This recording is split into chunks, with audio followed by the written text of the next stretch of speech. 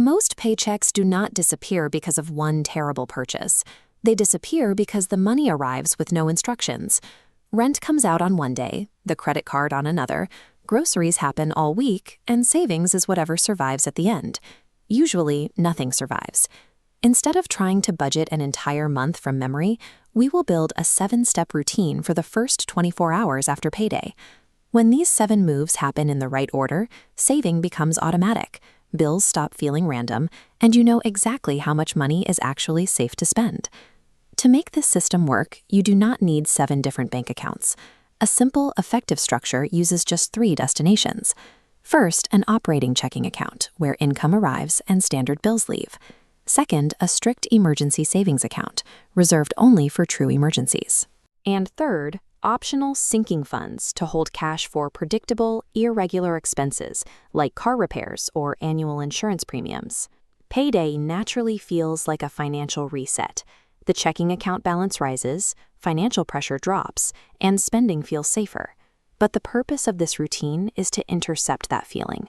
We want to assign money to its proper place before daily spending decisions begin, because a high checking balance is not the same thing as available spending money. By organizing exactly where your paycheck is going and when it needs to be there, you stop a temporarily large balance from tricking you into a false sense of financial security. Let's run this routine using a case study. Danielle takes home a net biweekly paycheck of $2,450. Step 1 is to verify the paycheck. Before moving a single dollar, Danielle compares the actual deposit against her pay stub. She checks her gross pay, her tax withholding, and her deductions, rather than assuming payroll is flawless. Here, the net pay on the stub perfectly matches the deposit. Step 2 is to fund the bills that must be paid before the next paycheck arrives. Using a bill calendar, record the exact due dates and amounts for every upcoming obligation, so you know exactly which paycheck is responsible for which bill. Over the next 2 weeks, Danielle owes half of her monthly rent, utilities, a car payment, auto insurance, a phone bill, minimum student loan payments, and a medical bill. That adds up to $1,550 in essential bills, dropping her remaining balance to $900. How you map these bills depends entirely on your pay frequency. A biweekly worker like Danielle divides rent across 2 checks. A weekly worker has to reserve pieces of 4 separate checks for large monthly costs. And a monthly worker receives everything at once, requiring much stricter boundaries. Step 3 is to protect your minimum payments and auto payments. Automatic payments prevent missed due dates, but they require active monitoring to ensure enough money remains in the account to clear them. To protect against overdrafts, Danielle leaves a permanent $100 checking cushion in her account. Her working balance is now $800, and she knows that $100 buffer is strictly a mathematical safety net, not spending money. By securing these hard obligations and mathematical buffers first, you eliminate the risk of accidentally swiping your debit card for groceries using money that actually belongs to the electric company. Step 4 happens partly before the paycheck even reaches checking.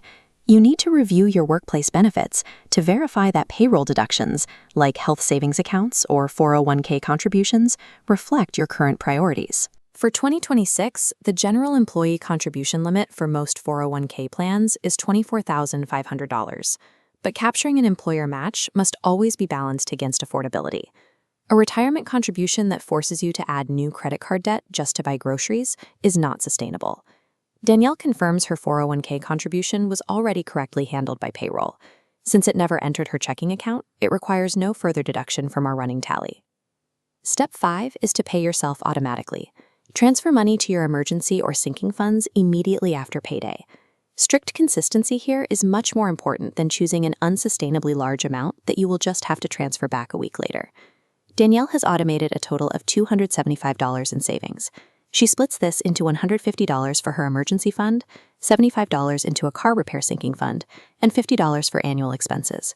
Her balance is now $525. Step 6 is to send extra money to exactly one current priority.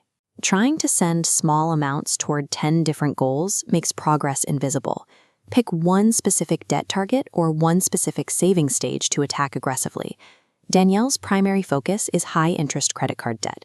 She makes an extra targeted payment of $175. After this, she has exactly $350 remaining. Automating your savings and isolating a single financial target guarantees progress. It ensures your remaining capital is actively building wealth, rather than evaporating into untracked random purchases under the next 2 weeks. Step 7 is to define your safe-to-spend money.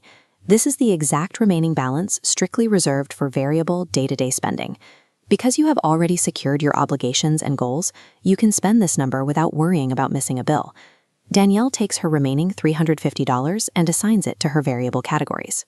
She allocates $190 for groceries, $70 for fuel, $50 for social spending, $20 for personal care, and keeps a $20 flexible cushion. If you are paid biweekly, you usually receive 26 checks a year. That means twice a year you get a 3-paycheck month. Instead of treating that third check as a permanent lifestyle raise, use an intentional formula to divide it among annual costs, savings goals, and enjoyment. If you are a freelancer or earn any regular income, this routine requires adaptation. Calculate your budget based on your minimum reliable income rather than a recent great month, and use your high-income months to build a much larger income smoothing reserve. Defining the exact mathematical boundaries of your discretionary income gives you psychological freedom.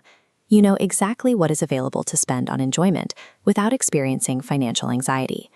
That is the complete 24-hour payday routine. Verify the paycheck. Reserve upcoming bills. Protect minimum payments. Review workplace benefits. Transfer savings. Fund one priority. Define safe-to-spend money. The routine does not make the paycheck larger. It makes the paycheck honest. Once every dollar has instructions, the viewer no longer has to wonder where the money went. She can see where it is going before it leaves. Keep in mind, this video provides general financial education. Actual taxes, employment laws, and benefit plans vary, and this does not serve as individualized financial, tax, or legal advice. True financial control doesn't come from relying on budgeting willpower at the end of the month. It comes from proactive, mechanical assignment on day one.